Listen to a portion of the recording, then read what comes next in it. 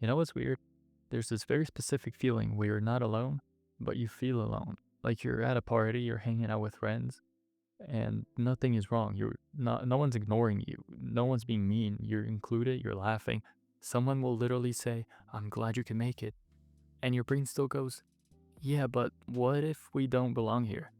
Like you're physically present, but emotionally on airplane mode, which is confusing because objectively we do belong.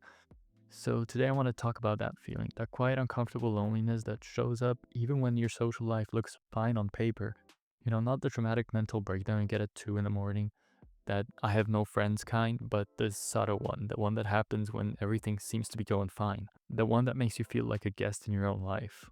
For me, it usually hits in moments that should feel good, like a party, a group hangout, or meeting new people through friends. Everyone's nice, everyone's polite, everything's going great.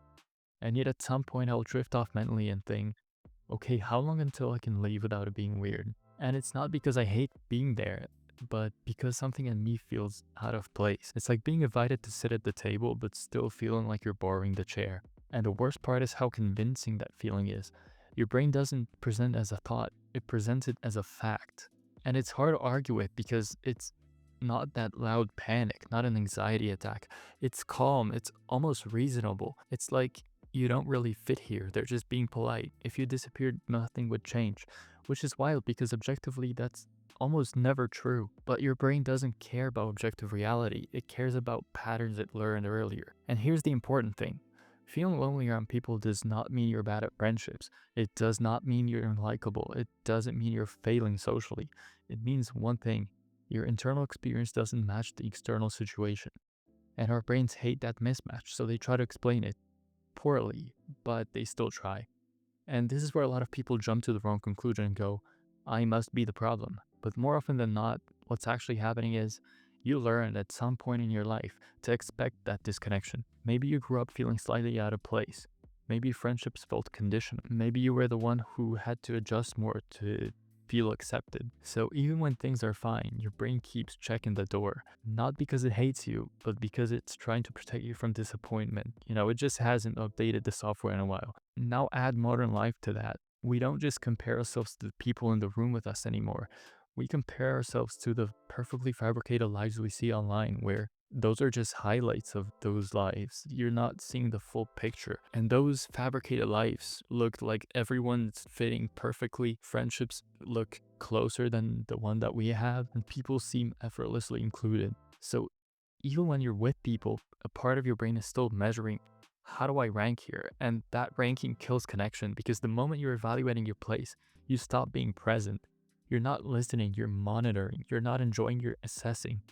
And suddenly being social feels like work, which leads to the most frustrating part.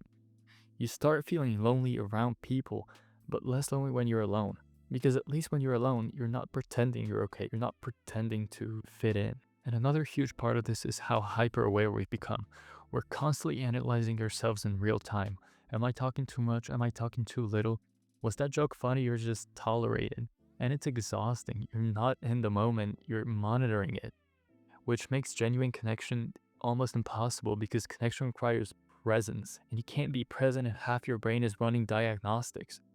So even when you're surrounded by people, you're not really there. You're just observing yourself being there, which feels lonely because you're not actually there with those people. And I remember being introduced to a group once. Nothing bad happened. They were friendly, they included me, they asked questions, I was talking, and yet I went home feeling strangely empty. Not rejected or hurt, just unseen. Like I'd been there physically, but not really emotionally. And that's the thing. Loneliness doesn't always come from being excluded. Sometimes it comes from not feeling fully received. Like people see the version of you that fits the moment, but not the real you, not the one that feels like you. This brings me to a moment that kind of changed how I think about. I was out with friends at a club, loud music, lights, people everywhere. And at some point my brain just tapped out. I got overwhelmed, everything felt too much. So I sat down in a corner and just existed, just needed a moment to myself to sort of, wind down and collect myself. And I told my best friend I was overstimulated and needed a minute, told him to go out and have fun without me, and he did. But then he came back and asked if I was okay, then left again, and then came back again. Not to pressure me or try to fix me, just to check in on me. And something about that completely reframed things for me.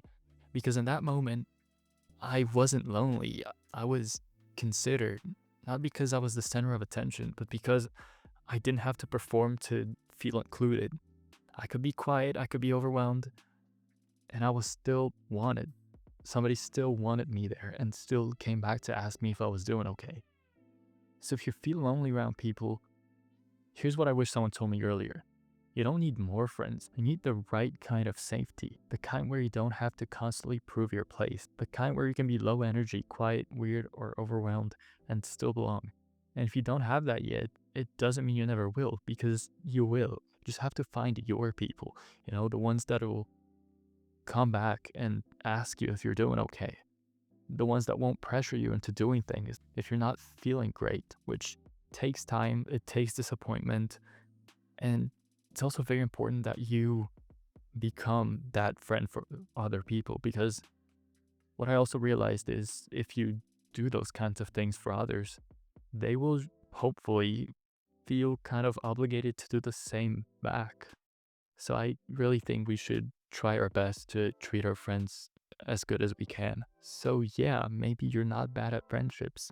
Maybe your brain just thinks social belonging comes with a free trial. 30 days of connection being the only subscription that cancels itself. And you don't have to remember about the free trial, which sucks. Uh, anyway, I'm gonna keep digging into this stuff, loneliness, overstimulation, modern social life, because clearly my brain won't let it go. Uh, but if this video made you feel a little less alone, that feeling, then honestly, that counts. And I'm gonna be experimenting with my style at first, so do let me know what you think, and I'll see you next week.